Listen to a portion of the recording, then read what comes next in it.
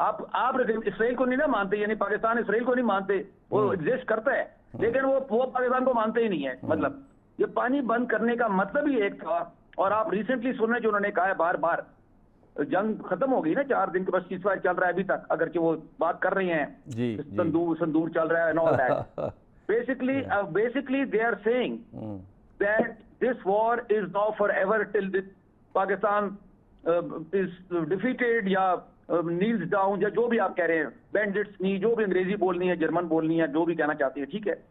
آپ ریسنٹلی انہوں نے SCO کے بعد کیا کہا ہے, انہوں نے کہا ہے کہ وہ چائنا کے ساتھ, بھارت انڈیا چائنا کے ساتھ پرماننٹ بارڈر سولوشن چاہتا ہے.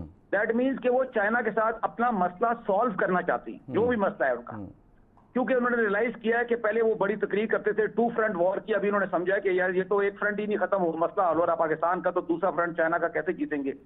لیکن وہ پاکستان سے بات کرنے کو تیار نہیں ہے. آپ مسٹر بلاول بھٹو یا گورنمنٹ آف پاکستان بار بار کہتے رہے ہیں, اینڈ ٹرمپ نے بھی کہا ان کو, but they have simply refused because وہ اس پہ تلے ہوئے ہیں ایز اے پالیسی. آپ نے کہا مسئلہ کیا, تو مسئلہ یہ ہے کہ وہ چاہتے ہیں they want to wish away Pakistan, کے پاکستان ایگزسٹ ہی نہ کرے. ابھی ان کے پاس جو کیپیبلٹی ہے ملٹریلی اس وقت وہ آپ سے زیادہ ہے, لیکن وہ زیادہ ہونے کا مطلب جس طرح آپ نے اسرائیل ایران وار میں بھی دیکھا ہے, امریکہ کی اتنی جنگوں میں بھی دیکھا کہ خالی سائز تو میٹر کرتا ہے, بٹ خالی that is not the only factor in war. War میں بہت سے فیکٹرز آ جاتے ہیں, ٹھیک ہے. تو لانگ اسٹوری شارٹ, انڈیا کی پالیسی کلیئر ہے کہ انہوں نے اب پانی بھی نہیں چھوڑ دینا آپ کو, اور اس کے علاوہ جو ابھی یہاں تک خبر چل رہی تھی کہ جی وہ یہ جو یوکرین نے رشیا میں ڈیپ اٹیک کرایا تھا ڈرونز کے ساتھ رشیا کی ایئر بیسز پہ, یا اسرائیل نے ایران میں شروع میں جو کیا, they want to emulate that. اس طرح کا کوئی وہ ٹیررزم, مطلب کسی ٹیررسٹ آرگنائزیشن کو ڈرونز دے کے پاکستان کے اندر اٹیک کرانا چاہتے ہیں. اور وہ نیٹ ورک ہم نے پکڑا بھی ہے برگیڈی صاحب, اور کراچی کے اندر, گوادر کے اندر. میں یہ ایکسپلین کروں نا, وہ میں یہ بتانے کی کوشش کر رہا ہوں کہ وہ کانسٹنٹلی چل رہی ہے, اور ان کا جو مین ٹارگیٹ ہے وہ آپ کا ویسٹرن بارڈر ہے, جس پہ بلوچستان اور KPK اور اس کے لیے. تو ابھی اب کہنے کا مطلب ہے کہ ادھر سے تو کلیئر ہے, اب آپ فیصلہ کر لیں کہ آپ نے کیا کرنا ہے, یعنی پاکستان نے کرنا ہے. We need a new policy اس پہ in the light of this. It doesn't mean کہ ہم نے جنگ کرنی ہے, بٹ آپ کو اپنے پورا نیشنل سسٹم, آپ کا پورا حساب کتاب, کیونکہ آپ سے ایک بڑا ملک ہے جو آپ کو ایکسپٹ ہی کرنے کو تیار نہیں. دیکھیں پانی سے بڑی کوئی چیز نہیں ہوتی, all civilizations exist on water نا. تو پانی بند کرنے کا سمبولک مطلب بھی سمجھ لیں, سمبولک, فزیکل تو ہے ہی, سمبولک یہ ہے کہ وہ آپ کو ایکسپٹ نہیں کرتے, اسی کو پانی بند کرتے نا, ورنہ لوگ تو پانی دشمن کو بھی دے دیتی ہے. یس بہت, یہ بہت آپ نے برگیڈی صاحب بہت اہم بات کی. ڈاکٹر حسنین جاوید صاحب, یہ جو برگیڈی صاحب نے بات کی, پانی سمبولکلی بڑی اہمیت رکھتا ہے. پھر پاکستان کی ایگریکلچر, وہ پاکستان کی اکانومی کی ریڑھ کی ہڈی رکھتی ہے, اور ایک بڑی پاپولیشن ہے. اگر یہاں پہ زراعت نہیں ہو تو فوڈ انسیکیورٹی پیدا ہو سکتی ہے. لیکن بین الاقوامی تعلقات میں ڈاکٹر صاحب ہمیشہ ہم یہ دیکھتے ہیں کہ جو ممالک ہیں وہ بڑے ملک کے ساتھ تو اپنے مسائل حل کرنا چاہتے ہیں, لیکن جسے وہ اپنے آپ سے ذرا چھوٹا ملک سمجھتے ہیں تو وہاں پہ معاملات کو حل کرنے کے لیے وہ تیار نہیں ہوتے. اور دوسری سائڈ پہ ہم یہ بھی دیکھتے ہیں کہ بڑے ملک کے ساتھ جب آپ ڈیل کر رہے ہوتے ہیں تو آپ کہتے ہیں ملٹی لیٹرلزم ہونی چاہیے, اور جب چھوٹے ملک کے ساتھ ڈیل کر رہے ہوتے ہیں تو پھر آپ کہتے ہیں بائی لیٹرلزم ہونی چاہیے. اور یہی اس وقت بھارت کا رویہ نظر آ رہا ہے. چائنا کے حوالے سے جھکا جا رہا ہے, اور پاکستان نے جو ان کے سندور کو ان کے لیے تندور بنا دیا تو ہم سے بات کرنے کو تیار نہیں ہے. ڈاکٹر صاحب, ڈاکٹر حسنین جاوید صاحب. تھینک یو ویری مچ سر. سب سے پہلی بات یہ ہے کہ جب آپ کچھ کر کے دکھاتی ہیں, جب کوئی قوم اہمیت دکھاتی ہے, جب قوم اپنی سوورینٹی کے لیے اٹھتی ہے, جب قوم اپنی جو ہے وہ انٹیگریٹی کے اوپر سوال نہیں اٹھنے دیتی, تو تب لوگ اسے ریکگنائز کرتے ہیں. یعنی اب آپ نے دیکھ لیا کہ شنگھائی کوآپریشن کے اندر پاکستان کو تسلیم نہیں کیا گیا, بلکہ تمام کی تمام باتیں مان لی گئی, کہ یہاں تک انڈیا اس بات کے اوپر کہنے کے لیے تیار ہو گیا کہ دے پرسیوڈ پرو پاکستانی ٹلٹ. انہوں نے کہا کہ ساری کی ساری شنگھائی کوآپریشن کا ٹلٹ ہی پاکستان کی طرف ہے, اور اس کو بری طریقے سے سفارتی ناکامی ہوئی. صرف سفارتی ناکامی نہیں کہوں گا, سفارتی ضلالت ہوئی, اور پوری دنیا اس کے ساتھ کھڑی ہے. And that we must have to hats off to China, اور آپ کو یہ سارا کریڈٹ چائنا کو دینا ہوگا. اسرائیل اور انڈیا, یا مودی اور آپ جو اس کا نام ہے جو اسرائیل والا نیتنیاہو, ان دونوں کا دماغ ایک ہے, وہ کسی طور پہ تسلیم نہیں کرتے. یہ جو آپ کے لبرلسٹ ہیں,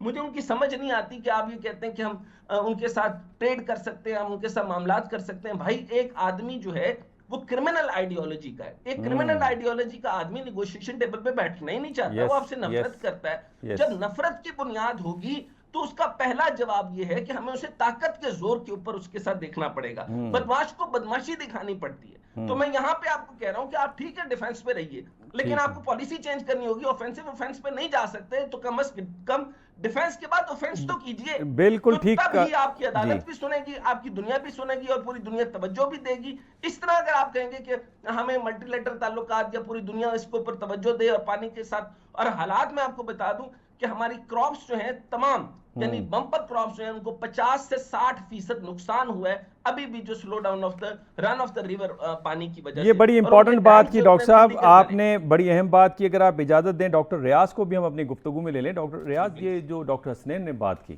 کہ بدماش کو طاقت کے ذریعے سے ہی سیدھا کیا جا سکتا ہے, اور پھر انہوں نے جو دوسری آخری بات کی بڑی امپورٹنٹ ہے کہ 40 سے 60% جو آپ کی ییلڈ ہے کراپ کی, وہ متاثر ہوئی ہے پانی کے سلو بہاؤ کی وجہ سے. کیسے دیکھتے ہیں ساری ڈیولپمنٹ؟ جی بالکل, ڈاکٹر حسنین جاوید صاحب کا موقف بالکل 100% درست ہے, چونکہ یہ کرمنل آئیڈیالوجی کے لوگ ہیں, انڈکٹرینیٹڈ لوگ ہیں. انہوں نے پاکستان کی اسٹیبلشمنٹ کو اور پاکستان کے قیام کو روز اول سے ہی تسلیم نہیں کیا. پہلے انہوں نے 1948 میں ہمارے اپریل میں ایک کرائسس پیدا کیا, جس کے نتیجے میں یہاں 2 سال ڈیبیٹ شروع رہی, اور پھر اس ڈیبیٹ کے بعد الٹیمیٹلی ورلڈ بینک نے اور باقی سٹیک ہولڈرز آگے آئے, اور انہوں نے پھر 62 ملین پاؤنڈ اور سارا وہ ایلوکیٹ کر کے انہوں نے اس معاملے کو ریزالو کیا کہ انڈس جو واٹر بیسن سسٹم ہے اس کے ایسٹرن اور ویسٹرن ریورز کو اس طرح سے ڈسٹریبیوٹ کر دیا جائے. اب بھارت آن ون اور دا ادر پریٹیکسٹ, کبھی کلائمیٹ چینج کا بہانہ, کبھی ڈیموگرافک چینجز, اور کبھی اسٹریٹجک انٹرسٹ کی سو کارڈ تھیریز لے کے آتا ہے دور دراز سے, اور وہ یہ سمجھتا ہے کہ ان کی بنیاد کے اوپر وہ انڈس واٹر ٹریٹی کو کہیں اس کے اندر چینج لا سکتا ہے.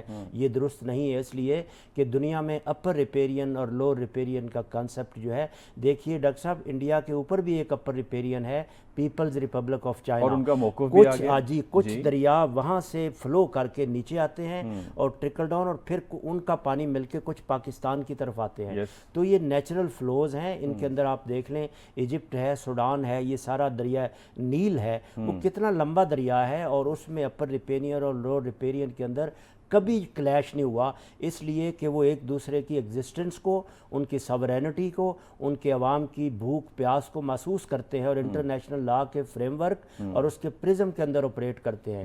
یہ بدماش ملک جو ہمارے ایسٹرن بیٹھا ہے جس سے ہم نے آزادی حاصل کی ہے, وہ ایک الگ داستان ہے. آپ ماشاءاللہ آزادی تو خیر برٹش امپائر سے آزادی کی, لیکن حقیقت یہ ہے کہ فیوچر میں اگر یہی ہوتے بالکل تو بڑا مشکل ہو جاتا, بڑا مشکل ہو جاتا. دیکھیں ساورکر اور اس کی وہ گولوارکر اور ان کی جو تھیری, اس کی رائٹنگز, اس کے چیلے چانٹوں کو جب موقع ملا ہے تو نیتن یاہو والی پالیسی انہوں نے اپلائی ہے. میں تو اس کو سیتن یاہو کہتا ہوں کہ ہی از اے سیٹن یاہو. لیکن کتنے کمال کی بات ہے ریاض صاحب, دونوں نے جوتے کھائیں. جی بالکل, یہ اللہ تعالیٰ کا نظام ہے کہ جو قوم, جو لیڈر بے صبرا ہو جاتا ہے, طاقت کے نشے میں چور ہو جاتا ہے. یہ تاریخ کا اور ہماری اسلامی اقدار کا ازل سے یہ سبق ہے کہ وہ جناب منہ کی کھاتا ہے, اس کو ہیوملیشن برداشت کرنی پڑی ہے ملٹری فیلڈ میں, ڈپلومیٹک فیلڈ میں اور پولیٹیکل ایرینا میں. اب دیکھنا یہ ہے کہ یہ بریگیڈیئر صاحب نے بھی جو فرمایا درست ہے, میں اسے ایگری کرتا ہوں, چونکہ ہمیں اپنی پالیسی کو ریویو کرنا ہے.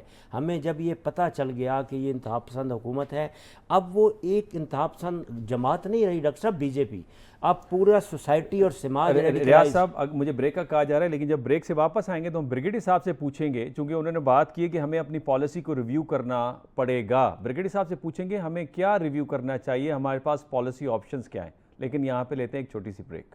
ویلکم بیک ناظرین. وقفے سے پہلے بات ہو رہی تھی کہ پاکستان کو پالیسی ریویو کرنا ہوگا, اور اسپیشلی بریگیڈیئر ریٹائرڈ نادر میر صاحب نے کہا کہ ہمیں اپنی پالیسی آپشنز پہ دوبارہ غور کرنا ہوگا. بریگیڈیئر صاحب کیا غور کیا جائے, کیا پالیسی آپشنز اویلیبل ہیں پاکستان کے پاس؟ آپ کو انڈیا نے بالکل کلیئر کر دیا ہے کہ وہ چائنا سے بات کریں گے اور آپ سے جنگ کریں گے, وہ کسی فارم کی جنگ بھی ہو, پانی کی ہو, ٹیررزم کی ہو, ہاٹ وار ہو, کولڈ وار ہو. تو you have to change the entire. آپ نے پوچھا ہمارے پاس کیا آپشن ہے, آپ کے ایک ہی آپشن ہے. آپ سب سے پہلے اپنا نیشنل سسٹم گیئر کریں to meet this threat in the east. وہ آپ کہیں وہ تو یہ 70 سالوں سے ہو رہا ہے بھائی, 70 سالوں سے وہ نیگوشیٹڈ تھا, کشمیر پہ لڑ لو, بات کر لو, یہ ملی پیس ٹاک تھا, وار پیس تھی, ابھی وار ہے انڈیا کے مطابق.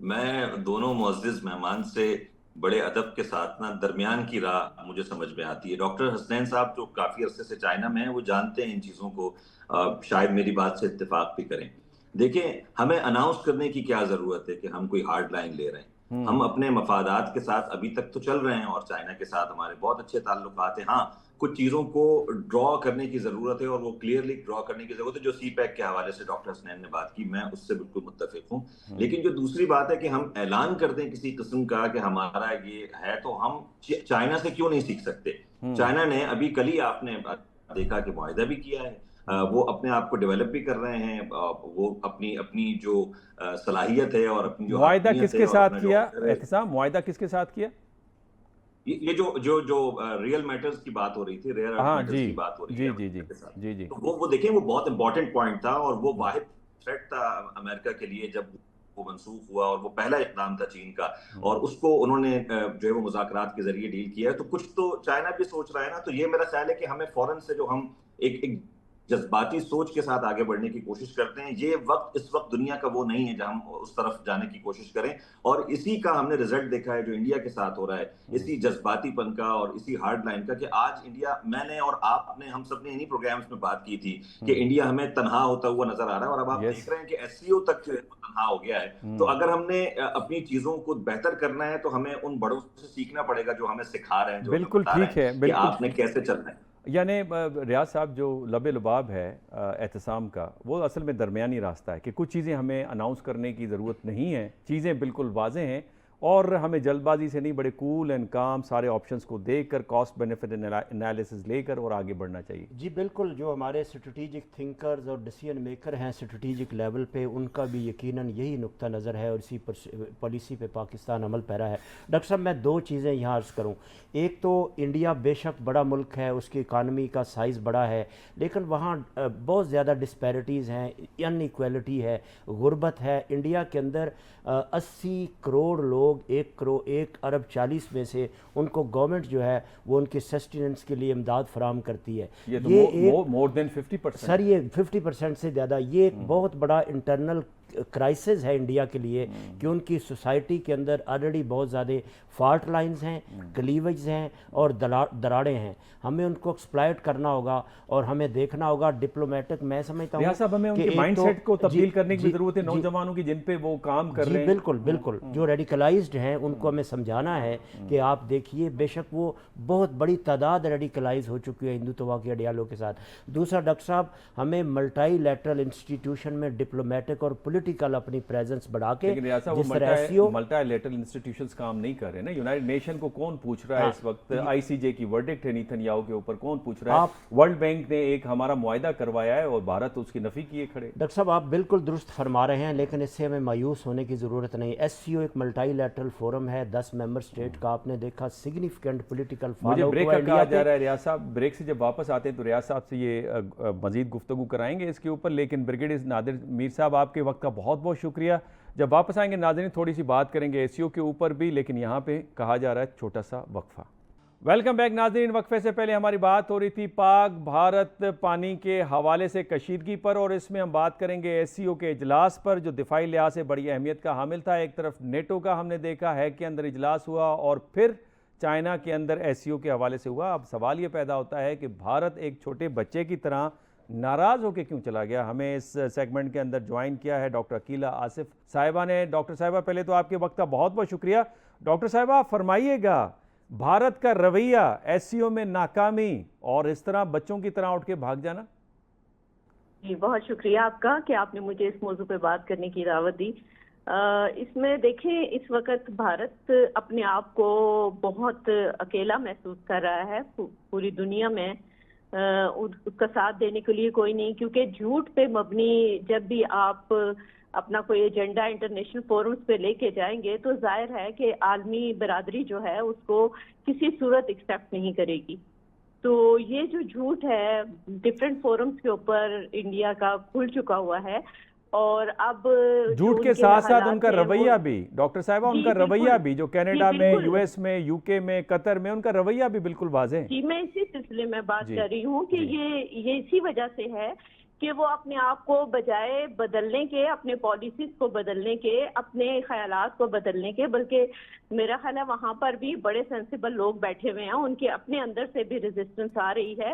وہ مودی گورنمنٹ کو کیوں نہیں مشورہ دیتے کہ وہ ہوش کے ناخن لیں؟ ڈاکٹر صاحبہ وہ جن آپ سین وائسز کی بات کر رہی ہیں ان کو تو دبایا جا رہا ہے. آپ نے دیکھا کہ اشوکا یونیورسٹی کے پروفیسر خان کے ساتھ کیا ہوا، آپ نے دیکھا وہ راٹھور خاتون جو تھی اس کے اوپر نمبر آف کیسز انہوں نے بنا لیے. احتسام صاحب آپ چائنا میں موجود ہیں، ذرا اس کا بتائیے گا کہ ایس سی او کے اجلاس میں ہوا کیا تھا؟